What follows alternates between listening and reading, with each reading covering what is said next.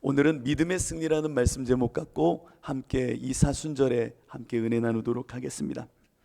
목회를 하면서 여러 성도들을 만나고 또 삶의 문제 가운데 여러 질문을 받게 되죠. 근데 그 질문 가운데 가장 곤혹스러운 질문 중에 하나가 다음과 같은 질문입니다. 믿음만 가지고 살 수 있습니까? 라고 하는 질문입니다. 이 질문을 고스란히 여러분들에게 묻겠습니다. 여러분들 믿음만 가지고 세상 살 수 있나요? 용암만 하면구나. 믿음만 가지고 정말 세상 살 수 있나요? 성경만 읽고 기도만 한다고 살 수 있나요? 예수님이 정말 전부면 다 된 건가요? 예수로 산다 하는데 그러니까 정말 어떻게 사냐고요? 라고 하는 등의 예수면 충분하다는 이 말이 믿어지지가 않고 그것이 실제가 되지 않아서 저에게 물어올 때면 참 곤혹스럽습니다. 왜냐하면 이것이 정답임을 아는데 아는 이것을 그에게 설명할 길이 없기 때문입니다. 그래서 오늘은 여러분들과 함께 이 말씀 그대로 가운데 물과 성령이 그리고 피로 임하시는 그 은혜가 얼마만큼 우리에게 중요한지, 그를 통하여 우리 안에 믿음의 승리라는 것이 어떻게 이루어지는지를 여러분들이 실제로 누리는 시간이 되기를 원합니다. 저 어렸을 때 홍콩 영화 엄청 좋아했습니다. 홍콩 영화 너무 좋아했어요. 극장, 은성극장에 이렇게 간판에 입간판이 크게 세워지면 얼마나 가슴이 뛰는지요. 홍금보 나오고 또 거기에 성령 나온다고 하면은 너무 가고 싶은 겁니다. 그런데 가지 못하지요. 또 동네를 어슬렁거리다가 보면은 조그마한 비디오 가게, 그 비디오 방에 포스터 같은 게 이렇게 붙어 있습니다. 그러면 성령 막 이렇게 나와 있으면 얼마나 보고 싶은지. 그러면 동네에 5명을 모으는 겁니다. 200원씩 내놔봐라. 그럼 200원씩 걷어가지고 1,000원을 모아가지고 당시에 친구 집 한 곳에서 비디오를 빌려서 봤던 기억도 있습니다. 그 비디오 가운데 하나가 성령이 나오는 영화였습니다. 그 제목은 취권이라고 하는 겁니다. 취권, 여러분들도 보셨나요? 안 보셨군요. 성령은 스승 소아자라고 하는 그 스승을 찾아 떠납니다. 이 사람을 만나서 이에게 무술을 배우려고 하는 거죠. 무술을 배우러 온 그 시점부터 처음에 이 소아자라고 하는 취권의 대부가, 스승이 성령에게 한 것이 있습니다. 무엇이냐면 땅바닥에 내던지는 겁니다. 기억나시나요? 막 땅바닥에 내던지는 거예요. 그리고 밥 먹을 때도 가만두지 않고 술에 취한 스승은 맨날 때리는 겁니다. 맨날 때리고 땅바닥에 던지니까 성령이 야, 이 사람 술주정뱅이고 무술은 못 배우겠다 싶었던 것 같아요. 그래가지고 빨리 도망가야지 하고 도망가면 발에다가 끈도 묶어놓고 못 도망가게 하는 겁니다. 그래서 도망가는 것을 포기했을 때에 그 마당에 물항아리 큰 거를 5개를 놓더라고요. 그리고 그 위에 올라가래요. 그 위에 올라가서는 걸어 다니라는 겁니다. 그러니까 성령이 이해가 안 되는 거예요. 이거 왜 여기를 걸어 다니라고 해? 걸어 다니다 보니까 비틀비틀거리죠. 비틀거리면서 무게중심을 잘 잡을 즈음 되니까 큰 항아리에다가 물을 가득 채우는 겁니다. 그러더니 이 물을 그 위에서 옆 항아리로 옮기라는 겁니다. 그러니까 성령이 그 항아리 위에서 비틀거리면서 물을 퍼서 옆 항아리로 옮기는 겁니다. 이거를 하루 이틀 하는 게 아니라 1달, 2달을 시키는 겁니다. 너무 화가 나는 겁니다. 이거 뭐 하려고 이런 걸 시키나? 그리고 밥 먹을 때면 술 먹는 그 스승이 그 성령에게 호두를 주는 겁니다. 기억나시나요? 호두를 주니까 까라는 거죠. 왜? 안주 삼으려고, 안주로 그 호두 먹으려고. 그랬더니 성령이 옆에 있는 의자나 나무 막대기로 부시려고 하니까 아니래요. 손으로 부시래요. 그러니까 이거 손으로 어떻게 부십니까? 완력도 없고 손가락 힘도 없으니까 온 힘을 다하여 겨우겨우 하나 깝니다. 이거를 매일 하는 겁니다. 매일 호두를 주는 겁니다. 맨날 그걸 까서 그 안주로 스승에게 주는 겁니다. 그렇게 1년이 지나고 2년이 지났습니다. 그러다 보니까 어느 날 길거리 무림으로 나가게 된 거예요. 길거리로 나갔는데 어떤 무술 잘하는 사람이 선량한 사람을 막 때리고 있는 겁니다. 그러자 이 스승이 성령을 확 밀더니 저 사람 좀 구해줘 라고 하는 겁니다. 성령이 어이가 없는 겁니다. 내가 무술을 배운 적이 언제 있습니까? 여러분 눈빛이 설교 들을 때보다 더 기가 막힌 눈빛입니다 지금. 아니 이게 성령이 무술을 배운 적이 어디 있어요? 그러자 그 사람이 너 뭐야? 그러니까 성령이 말을 못하는 거야. 그러니까 저 사람 빨리 구해줘. 그러니까 성령이 하는 수 없이 그 사람에게 달려듭니다. 그러자 막 때리는데 다 맞는 거죠. 맞으면서 이상한 겁니다. 왠지 아세요? 안 아파요. 또 안 아플 뿐만 아니라 때리는 손이 다 보이는 거예요. 넘어지는데 그냥 안 넘어져요. 하도 스승이 잡아뜨려서 넘어질 때도 기가 막힌 낙법으로 피하면서 넘어지는 겁니다. 이게 무슨 일이야?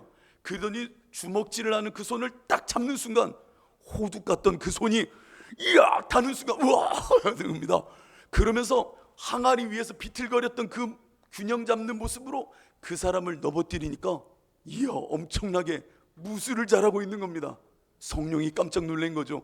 나 무술 배운 적도 없는데 이야 이게 무슨 일이야. 여러분 제가 왜 이 이야기 하는지를 금방 눈치채는 분도 있을 겁니다. 하나님께 나올 때 우리는 세상을 살아갈 기술을 가르쳐 달라고 늘 말합니다. 인생에 어려움이 있으니 이 문제를 해결할 처세술과 방법을 가르쳐 달라고 합니다. 그런데 하나님은요 한 번도 성경을 통하여 방법론을 이야기하신 적이 없습니다. 단 한 번도 인생의 처세와 태도와 방법과 나름의 아트라 말하는 기술을 가르쳐 주신 적이 단 한 번도 없습니다. 오히려 하나님은 기술을 가르치기보다 사람 그 존재됨 한 명을 세우는 일에 몰두하십니다. 하나님은 사람 그 중심을 갖고 있는 인생, 영적인 존재를 세워 나가는 데 더 큰 관심을 두십니다. 다윗을 기억하시죠? 다윗이 골리앗과의 싸움터에 나가게 됩니다. 골리앗을 보니 장대한 키에 거구의 몸 아닙니까? 그런데 다윗은 자신감이 있었습니다. 나 저 골리앗 때려 눕힐 수 있어요 라고 하면서 사울 앞에 나아가게 되죠. 그러자 사울이 보아하니 아무것도 가진 게 없는 겁니다. 어떤 기술도 없고 능력도 없고 지혜도 없고 어떠한 그에게 갖고 있는 외모의 모습도 풍채가 너무 볼품도 없는 겁니다. 그래서 어떻게 했나요? 당신의 갑옷을 내어줍니다. 한 나라의 왕의 갑옷을 다윗에게 주는 거예요. 그리고 칼도 주는 거죠. 이것 갖고 나가 싸우라고.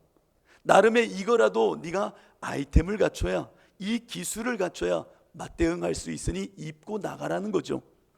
여러분 다윗이 그 옷 입었나요? 입었지만 자기하고 어울리지 않아서, 뭐라고? 나랑 어울리지 않아서요 그 옷을 벗어버리고는요 원래 자신이 하던 대로, 하나님 앞에서 자신이 살던 대로, 하나님이 나에게 주셨던 은혜대로 물맷돌 몇 개 주머니에 넣고 온 여호와의 이름, 저 곰과 사자들이 나타나 양들을 헤아려 할 때에도 여호와의 이름으로 나를 지키셨듯 주님이 나를 세우신 그 방식 그대로를 갖고 물맷돌을 들고 뛰어나가 골리앗을 쳐 부수게 됩니다. 뿐만 아닙니다. 성경 속 요셉을 한번 보세요. 요셉은 애굽의 정치 술수들을 교묘히 배워서 총리가 된 사람이 아닙니다. 요셉은 끌려가 이방 땅에서 감옥에도 갇히고 오해 속에 자신의 삶이 처량할 정도로 땅바닥에 곤두박질 쳐지게 됐던 인물입니다. 그 이방 땅에서 새로운 처세술이나 정치술이나 혹은 사람과의 관계에 어떠한 면모를 배운 적이 없어요. 그런데 그 요셉은 감옥에 있으나 종살이 하나 동일하게 하나님 앞에서 살아가야 되는 자신의 신앙의 모습을 지켜왔던 그대로를 갖고 있으니 하나님께서 그 사람을 형통케 하고 복을 주시고 하나님의 길로 힘을 주시더니 총리로 만들어 내시더라는 겁니다. 하나님은 우리에게 기술을 가르친 적이 없으십니다. 방법론을 가르친 적이 없으십니다. 하나님은 우리의 존재와 우리의 영에 관심이 있으신 분입니다. 우리에게 하나님은 이처럼 다가오셔서 우리의 중심을 세우시고 우리 자체를 만들어내시는 하나님이라는 겁니다. 우리가 살아가는 이 시절에 믿음으로 살 수 있는가? 믿음만으로 정말 이길 수 있는가? 오늘 요한일서는 우리에게 분명하게 말합니다. 무릇 하나님께로부터 난 자마다 세상을 이기느니라. 이 말씀은 진리입니다. 이 말씀이 여러분들 안에 진리요 실제가 되기를 축복합니다. 무릇 하나님께로부터 난 자마다, 하나님께로부터 난 자마다 세상을 이기느니라. 예수께서 하나님의 아들이심을 믿는 자가 아니면 세상을 이기는 자 누구냐? 이렇게 이야기합니다. 이 말씀은 쓰여진 글이 아니라 우리 안에 실제요 지금도 살아 역사하시는 하나님의 일하심의 방법입니다. 우리가 정말 하나님으로부터 난 자라면 세상을 이길 수 있다는 겁니다. 이 말씀 속에 보아야 되는 게 뭡니까? 하나님이 어떤 기술을 가르쳐 주시고 태도를 가르쳐 주시고 어떠한 소품을 주어서 이긴다는 게 아니죠. 그 존재됨입니다. 하나님 앞에서 무릇 거듭난 자, 거듭나면 어떻게 돼요? 예수가 하나님의 아들이라는 것을 알게 된 자, 이 자를 요한일서는 뭐라고 말해요? 믿음 있는 자라고 말하는 겁니다. 이 세 가지가 연결되어야 됩니다. 무릇 하나님으로부터 거듭나 예수가 그리스도이심을 알게 된 자, 그 자들은 믿음 있는 자라는 겁니다. 자, 여기서 믿음이라는 것은 개념이 아니란 얘기예요. 내가 윤리적인 어떤 실천 윤리를 배우듯이 어떠한 개념을 배웠다라는 의미가 아니라는 거예요. 하나님께로부터 거듭난 것을 믿음이라고 표현하는 겁니다. 믿음은 죽어있는 명사어가 아니라 생명 있는 역동하는 하나님의 말씀이라는 겁니다. 그 믿음이라는 역동의 말씀이 존재라는 겁니다. 무릇 하나님께로부터 난 자, 예수가 그리스도이심을 늘 알게 되는 이것을 믿음이라고 말하는 겁니다. 믿음은 지적인 승인이나 지적인 인지가 아니라는 거죠. 우리 가운데 하나님께로부터 난 자는 세상을 이기게 됩니다. 정말 이것이 여러분들 안에 이해되어지고 그것이 실제가 되기를 원합니다. 그렇다면 우리 안에 믿음이 있는가? 정말 이 믿음이면 충분하고 예수면 세상을 이길 수 있다는 이 말이 진리라면 나에게, 여러분들에게 지금 믿음이 있는가를 물어야 됩니다. 믿음이 있는가? 예수가 나를 위해 십자가에 죽으셨다는 사실 좀 알고, 주일이면 교회도 나가고 성경도 가끔 읽고 기도도 가끔 하고 나름 직분도 있고 목사라는 이름도 있고 심지어 내 호주머니에 있는 소중한 돈도 헌금으로 낼 줄 알고 봉사도 좀 하면 내 안에 믿음이 있는 걸까요? 너무나도 오랜 시간 교회 다니며 우리의 진실된 여부를 묻고자 늘 물어왔던 물음 중에 이 질문 늘 있지 않습니까? 이렇게 믿는 것이, 이렇게 사는 것이 진짜 믿음 있는 것일까요? 요한일서의 말씀처럼 예수를 믿을 때에 우리는 물로만 믿으면 이런 수준에 남게 됩니다. 물로만. 오늘 본문을 한번 보면요, 믿음이 우리 안에 있다라고 할 때에 그냥 믿음이 내 안에 들어오는 게 아닙니다. 오늘 본문 6절을 한번 보시기 바랍니다. 이는 물과 피로 임하신 이, 예수 그리스도가 우리 가운데 오시면 물과 피로 임하신다라고 말합니다. 이것이 핵심입니다. 내 안에 믿음이 있는가를 물을 때에 정말 물과 피로 임하신 예수가 내 안에 성령을 통하여 확증되고 있는지를 보아야 진짜 믿음을 갖고 있는지를 알게 되는 겁니다. 주일날 교회 한번 나가고 헌금도 하고 봉사도 하고 말씀도 읽고 헌신도 하는 것, 이것을 일컬어 물이라고 말하는 겁니다. 물, 외형의 형식이라는 거예요. 내가 예수를 믿을 때 물은 있다는 거예요. 외형의 형식을 갖추었다라는 거죠. 그런데 그게 진짜 믿음이냐는 얘기예요. 아니에요. 물은 있는데 무엇이 지금 없어요? 피가 없다는 얘기예요. 이것이 요한일서가 우리에게 말하고 싶은 핵심입니다. 세상을 이길 수 있는 자, 하나님께로부터 난 자인데 마치 요한의 세례, 물 세례를 받는 것으로 내가 하나님께로부터 난 자가 될 수 있는가? 불가능하다는 얘기예요. 그건 형식일 뿐이라는 거예요. 그러면 내 안에 진짜 믿음, 예수가 하나님의 아들이에요 라고 하는 이 고백, 이 내 온몸을 들여 할 수 있는 이 고백은 무엇으로 가능할까요? 물과 함께 이루어지는 피, 예수 그리스도의 십자가의 완성이신 피 흘림이 성령을 통하여 내 안에 적셔질 때에 나는 믿음 있는 자가 된다는 겁니다. 우리가 교회에만 나오는 것은 물로만 예수를 믿는다라고 압축하여 이야기할 수 있는 겁니다. 그러나 성령은 우리 안에 예수가 그리스도이심을 물로만 증거하지 않으십니다. 피로 증거하시는 분이십니다.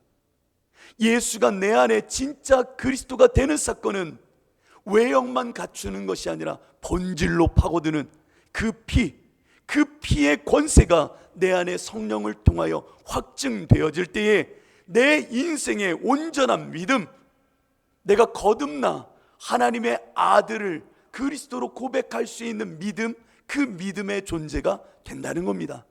우리 주사랑교회는 물만이 아니라 피로 하나님의 역사를 경험하는 믿음 있는 삶이 되시기를 축복합니다.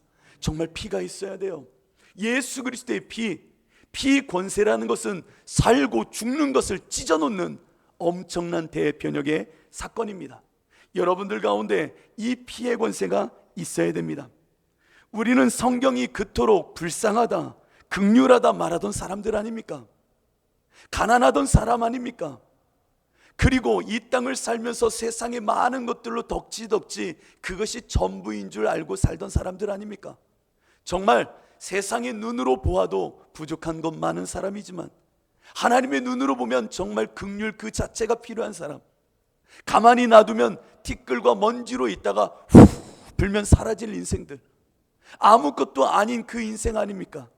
그런데 이와 같이 굳어질 대로 굳어지고 죄에 묶일 대로 묶여있던 이 인생이 예수가 나 위해 죽었어 라고 하는 것을 물로서만 아는 수준에서 내 인생에 믿음이 찾아와 내가 변화될 수 있을까요? 불가능합니다. 물로는 불가능합니다. 오직 성령이 그 틀에, 그 형식에 생과 사를 가르는 피는 생명이요 죽음입니다. 예수 그리스도의 보혈의 은혜가, 그 십자가의 은혜가 내 인생을 찢어 당신이 나를 해부하여 들어오지 않으면 내 인생이 변화가 되지 않는 겁니다. 그러나 그 예수 그리스도의 피가 정말 나를 거듭나게 하심 속에 성령으로 들어오면 이전의 나의 모습들은 다 버려지고 다 죽어지고 이전의 모든 나의 생각과 판단은 값없던 것이구나라는 것을 하늘의 지혜로 알게 하시는 겁니다. 이것이 성령이 내 안에 피로 임하여 증거하시는 역사들입니다. 그 예수 그리스도가 내 안에 오시니 이 내 삶의 운명이 이제는 하나님 손에 잡히게 되고 내 인생의 최종 결론은 오직 나를 살리신 피 권세의 예수 그리스도의 증오만만이 나의 결론이 되어지는 겁니다. 그래, 내가 배워한 것 아니지. 성령이 내 안에 예수 그리스도의 피로 나를 적시시니 이전에 내 모든 것이 값없이 죽어지고 이제는 하나님께 대하여만 산 자로 하나님이 나를 만드시는구나, 만들어 내셨구나. 이야, 이 은혜를 내가 어찌 노력하여 받았는가? 아니잖아요. 하나님이 그 은혜로 임하여 성령으로 내 안에 물과 피로 나를 만들어내시어 믿음 있는 자로 삼아 주신 것입니다. 여러분들 가운데 그 하나님이 믿어지시고 그 예수가 내 안에 생명 그리스도라는 것이 받아들여진다면 여러분들은 지금 믿음 있는 자가 된 겁니다. 이것은 내가 배우고 싶어 배운 게 아니잖아요. 그러면요, 이제 그 예수 앞에서는 다음 질문 하나면 모든 것이 끝납니다. 아들아, 딸아, 너 정말 나 사랑하니? 라고 하는 이 물음 한마디면 우리의 인생은 다 끝이 납니다. 세상에 놓여져 있는 슬픔도, 때론 아픔도, 말할 수 없는 고뇌도, 알 수 없는 미래의 막막함도 현실이죠. 내 관계하고 있는 사람들이 때로는 질병으로 혹은 나를 엄습해오는 어떤 시기와 질투의 모습, 또 내게 주어진 현실의 상황이 경제적이나 혹은 마음의 어떠한 문제나 놓여져 있는 그 구렁텅이와 같은 것도 다 나에게 사실이죠. 아무리 좋은 말로 포장하여도 그건 임시 방편의 위로일 뿐, 놓여져 있는 현실은 그대로잖아요. 그런데 이 놓여져 있는 현실보다 더 영구불변 변하지 않는 진리가 하나 있지 않습니까? 이것을 우리가 알고 있지 않습니까? 무엇을 알아요? 창조주 되신 하나님이 정말 먼지와 티끌밖에 되지 않는 나, 피조물인 나를 위하여 십자가에 죽으셨다는 이 사실이, 정말 예수 그리스도를 믿는 믿음으로 주님이 나를 바꾸어 놓으셔서 정말 그것이 믿어지고 그것이 나의 결론이 되고 이것이 나의 운명이 되어진 것을 우리는 알지 않습니까? 그러면 이제는 그 은혜 속에, 그 믿음 속에 세상을 향하여 현실이라 말하는 것 너머에 완전한 영원한 하나님이 주신 진리의 현실, 그 사실이 내 안에 들어와 있으니 이제는 이 진리를 갖고 있는 우리는 그 믿음으로 그것을 더 확고한 하나님의 역사로 믿고 나아가게 된다는 겁니다. 이것도 현실이고 이것도 현실이지만 하나님이 주신 현실은 세상 무엇도 변화시킬 수 없는, 무너뜨릴 수 없는 하나님의 진리요 생명으로 내 안에 온다는 겁니다. 이 은혜는 물로만 되는 것이 아니라 성령이 내 안에 오셔서 피로 증거하시고 내 알고 있는 이전의 현실과 그 사실들을 찢어놓지 않고는 내가 얻을 수 없는 복음이요 은혜라는 겁니다. 저는 중학생 때 이렇게 말하면 정말 우습지만 가난했습니다. 정말 그냥 가난했습니다. 많이 가난했습니다. 많이 가난했어요. 뭐 이걸 다 말하는 게 우습죠. 그 어린 마음에 요즘도 그렇습니다. 준서가 아빠가 우유 너만큼만 먹었으면 187은 됐을 텐데. 우와. 그 당시에는 우유를 이렇게 돈을 내고 사 먹는 거였습니다. 근데 그걸 사 먹을 돈이 없으니까 부모님한테 말을 못하고, 근데 왜 우유 당번을 시키는지 화가 났었던 적도 있어요. 나는 우유를 신청한 적도 없는데 우유를 내가 왜 날라야지? 번호 순서대로 날라야 됐거든요. 그 먹는 모습을 보면 참 부러운 거예요. 나도 저거 먹고 싶은데. 때로는 초코 그리고 딸기 우유 먹는 친구 보면 더 부러운 거예요. 나도 저거 먹고 싶은데. 근데 뭐 먹을 수 있나요? 중학교에 올라가서도 도시락을 싸우는데 다들 멋있는 도시락을 갖고 오는 겁니다. 이 보온 도시락 이쁘잖아요. 근데 저는 할머니가 일 다니시면서 쓰는 그 노수로 된 거, 그 구릿빛, 거기에다가 이만한 밥새 김치만 싸주시는 거예요. 야, 근데 얼마나 마음이 상하는지요. 나는 왜 가난해? 집에 가도 나는 왜 방 한 칸이 없어? 이런 가난 속에 늘 살던 어느 날 예수님을 만나게 된 겁니다. 예수님을 만나고 나서 처음 예수님께 원망했던 말은 그거였습니다. 나 잘못한 거 없어요. 하나님, 나는 실수한 거 그렇게 많지 않아요. 제가 이렇게 살아가는 거는 다 부모님을 잘못 만나서 내가 이렇게 사는 거예요. 내 현실이 누구처럼만 됐어도 저 더 잘 살 수 있을 거예요. 근데 하나님이 부모님을 잘못 만나게 하셔서 이렇게 사는 거죠 하고 얼마나 원망했는지 모릅니다. 원망을 했어요. 정말 싫었어요.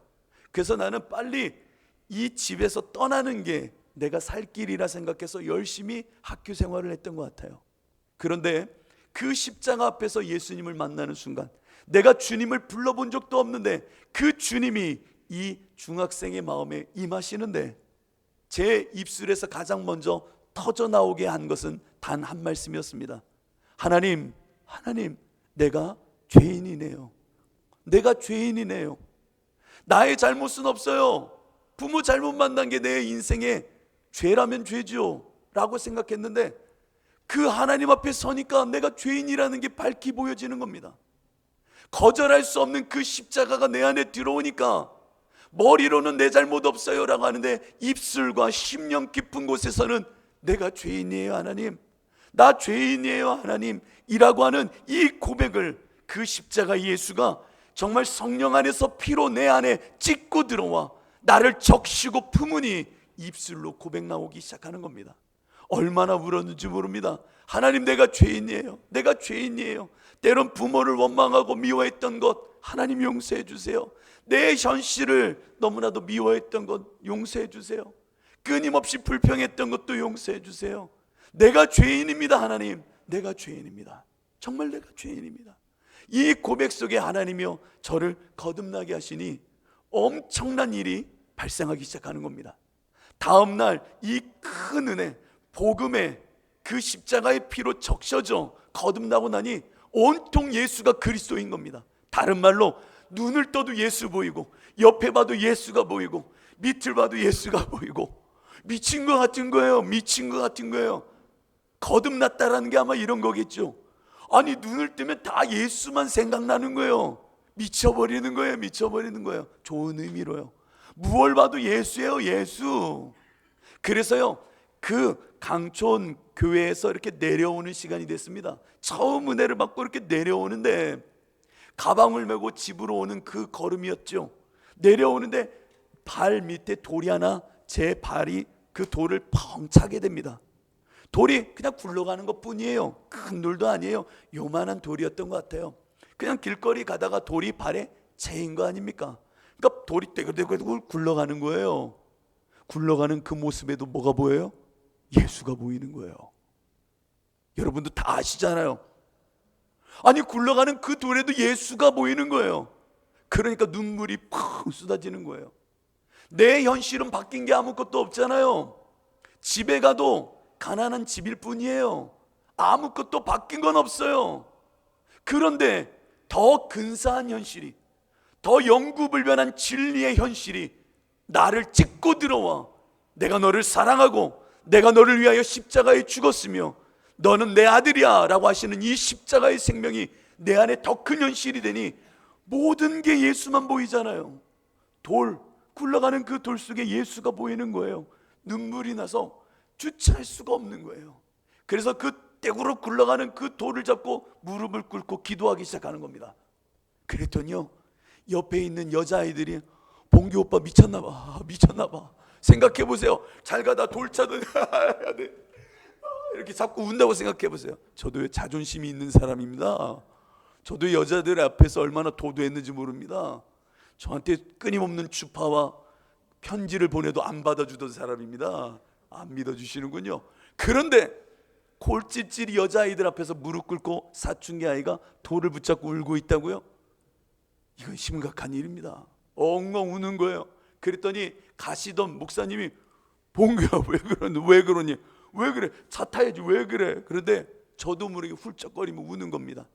하나님, 내가 뭐라고 이 돌 하나까지도 이 먼지만도 못한 인생을 위해서 창조하셨나요? 라고 하면서 고백이 터져 나오는 거예요. 내가 뭐라고, 내 부모를 주셨고 이 돌을 만드셨고 나의 환경을 조성하셨고 나로 하여금 주님으로 살 수 있는 이 시간까지도 주시고 모든 게 다 예수로만 덕지덕지 보여지는 겁니다. 모든 삶 가운데 예수가 그리스도가 되는 순간이었어요. 그러고 나니 사람을 만나도 예수가 보이고, 시장길을 갈 때면, 학교 끝나고 시장길을 갈 때면 할머니들이 앉아 있어요. 그 파도 까고 그 야채 다듬는 거죠. 손이 검정해요. 그 시골 할머니들. 이거 벗겨 팔면 100원 더 받는데요. 파 한 단 더 하면 500원 더 준대요. 그 할머니를 앉아서 그거 하고 계시는 거예요. 마늘 까고 계시고. 그러면 학교 끝나고 가면서 눈을 질끈 감을 수밖에 없는 겁니다. 왜냐고요? 예수님 때문에요. 그분들 보면 예수님이 보이는 거예요. 저분들은 예수님 아실까? 저분들은 정말 예수님을 알까? 그 예수님이 주시는 구원을 알까? 예수님이 주시는 이 기쁨을 알까? 예수님 만나면 세상이 달라 보이는데 이걸 알까? 복음이 나를 살린다는 건 내 인생의 원리가 되고 모든 것에 예수님이 결론된다는 걸 저분들은 알까? 그러다 보면 그분들이 검게 보여지는 그 손으로 그걸 까고 있는 모습 보면 눈물이 나는 거예요. 그런 마음속에 하나님, 저분들도 예수님 믿게 해주세요. 내가 만난 이 예수님, 정말 그 할머니들에게도 고단한 인생을 사시는데 예수님 만나면 얼마나 좋을까요? 라고 하는 마음이 확 일어나는 겁니다. 그러다 보면 그 어린 마음에도 눈물이 나는 거예요. 그러면 눈을 감고 막 뛰어나오는 거예요. 보고 있으면 눈물이에요. 어딜 가나 예수예요. 공부를 해도 예수고, 잠을 자도 예수고, 새벽에 눈을 뜨게 되면 빨리 교회 가고 싶고, 무얼 해도 다 예수예요. 다 예수의 영광을 위하여 완전히 미친 자로 만드는 이 사건이 바로 믿음이라는 겁니다. 물로만 되는 게 아니에요. 교회만 나온다고, 헌금을 한다고, 봉사한다고 되는 것이 아니라, 세례자 요한에게 물 세례로 시작하셨던 예수님은 십자가에서 피를 흘리심으로 당신의 사역의 마침표를 찍으시어 피 세례까지 허락하신 분이십니다. 물과 피로 성령은 우리 안에 임하시어 예수가 그리스도 되심을 증거하시니 무릇 하나님 안에서 거듭난 자는 예수가 하나님의 아들이구나 라고 하는 것을 늘 경험하게 된다는 겁니다. 그러면 세상이 현실이라 말하는 이 속에서도 나는 예수로, 난 예수로, 예수가 나의 진짜 현실이요, 진짜 결론이요, 내 인생의 운명이요, 나를 사신 생명임을 알기에 주님이 주시는 마음과 말씀의 방향을 따라 내 인생의 모든 것을 걸게 되는 겁니다. 이것이 나에게 진짜 현실이니까, 이것이 거부할 수 없는 생명의 일이니까, 이 복음을 거부하고 싶어도 피가 묻어진 자에게는 지워지지가 않는 겁니다. 물로 한번 형식으로 임한 것이 아니라 성령이 내 안에 피로 임하니 정말 지워지지 않는 심장 깊은 곳에 십자가가 세워지는 겁니다. 그게 믿음입니다. 눈을 떠도 예수, 눈을 감아도 예수, 누구를 만나도 예수, 예수, 예수. 그 현실에 묶여 사는 자, 이제는 내가 죄에 대하여 죽고 하나님께 대하여만 산 자, 이 믿음이 내 안에 늘 일어날 때에 우리는 세상을 이긴다는 겁니다. 세상은 수없는 인생을 유혹하고 넘어뜨리려 합니다. 그러나 예수 안에서 예수를 바라보며 예수를 위하여 사는 자는 그분만이 나에게 생명을, 그분만이 나에게 진리를, 그분만이 나에게 자유를 주신다는 것을 생명으로 알기에, 피로 알기에 내가 그 예수를 따라 사는 겁니다. 초대교회가 일어나면서 수천 명의 사람들이 회개하고 예수께 돌아오는 일들이 일어났습니다. 사도들이 가는 곳마다 이적과 기사들이 나타났지요. 사도들의 손이 닿는 곳마다 믿는 백성들의 수가 더해지고, 어떤 이들은 아픈 이들을 침상 그 자체로 끌고 나와 베드로가 지나가는 그 길목에 놓는 겁니다. 왜요? 그 그림자라도 닿으면 나을 것 같아서. 그런 일들이 있으니까 초대교회 사람들이 이와 같은 일을 행하기 시작합니다. 귀신을 내어 쫓고요, 치유가 임하고요, 수많은 사람들이 예수께 돌아오고요, 말씀 한마디에 비권세의 성령이 임하여 그들의 심장을 찢고 들어가 예수가 그리스도임을 증거하는 일들이 엄청나게 일어나기 시작하는 겁니다. 학식이 있어 그들을 가르치는 게 아니라 성령이 물과 피로 임하니 그들의 인생이 막 변화되기 시작하는 겁니다. 엄청납니다. 그러자 수천의 사람들이 모여드니 이 제자들이 감당을 못하는 겁니다. 그들과 관계하기 시작하는 가운데 수많은 처세와 태도와 방법과 행정력과 그 정치력이 필요한 수준에 이르게 되는 겁니다. 왜요? 사람들이 모이니까요. 사람들이 수천 수만으로 모이니까 그들을 관리할 시스템과 체계와 관계와 그 모든 관계 속에서 이끌고 나갈 나름의 기술들이 필요하기 시작한 겁니다. 그러다 보니 사람들 사이에 말이 넘쳐나기 시작합니다. 그들이 우리를 접대하는 말, 뭐라고요? 그들이 우리를 접대하는 말이 참으로 싫도다라고 말합니다. 접대하는 말들이 늘어난 겁니다. 기술이 늘어난 겁니다. 방법론이 앞세워지는 겁니다. 이 사람들 떠나면 안 되는데, 이 사람들 잘 관리하려면 접대하는 말, 좋은 말, 행정력 이런 게 필요한데, 그러다 보니까 교회가 엉망이 되기 시작하는 겁니다. 그때에 사도들이 벌떡 일어나 이렇게 이야기합니다. 엄청난 말씀입니다. 12사도가 모든 제자를 불러 이르되, 다 불러 모은 겁니다. 우리가 하나님의 말씀을 제쳐놓고 접대를 일삼는 것이 마땅하지 아니하니, 형제들아, 너희 가운데서 성령과 지혜가 충만하여 칭찬받는 사람 7을 택하라. 우리가 이 일을 그들에게 맡기고 우리는 오로지 기도하는 일과 말씀 사역에 힘쓰리라. 본질로 돌아가겠다는 겁니다. B2B Back to basic.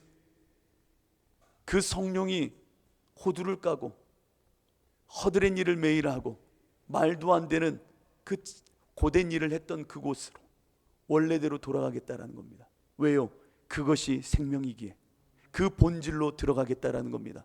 교회 안에 요즘 믿음이 상실되고 있습니다. 예수면 충분한가? 믿음이면 이길 수 있는가? 그 믿음이 우리를 살릴 수 없고 그 외에 다른 무엇이 더 필요하다고 말하는 게 요즘의 교회입니다. 그러나 우리는 무식한 자처럼, 미련한 자처럼 오직 믿음이 이길 수 있음을 끝까지 지켜내야 됩니다. 그 하나님은 그와 같은 자들을 세우실 것이고 이겨내게 하실 것이고 승리케 반드시 하실 것입니다. 왜냐? 더 큰 현실이, 더 큰 진리가 그 복음으로 우리 안에 임한 걸 우린 알기에, 오직 이 믿음으로 살면, 예수가 그리스도 되심을 누리면 살면 우리는 반드시 세상을 이깁니다. 이 교회는 이깁니다. 이 교회를 들어 하나님은 그와 같은 역사를 일으키실 것입니다. 여러분들 가운데 믿음의 승리가 있기를 축복합니다. 기도하시겠습니다.